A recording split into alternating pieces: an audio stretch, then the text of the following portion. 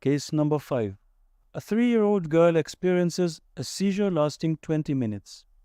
The seizure had focal features and she had a fever of 39.4 C at the time of the seizure.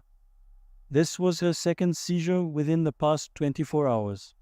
Which feature most specifically categorizes her seizure as complex? A. The age of the child.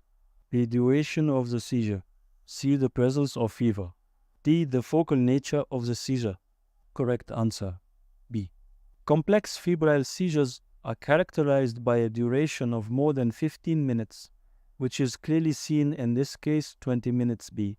While age and fever are common features of febrile seizures in general, they do not specifically distinguish between simple and complex types.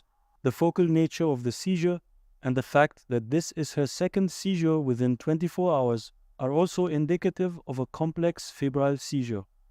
However, the duration of the seizure is a more defining characteristic in this scenario, particularly since it exceeds the 15-minute threshold.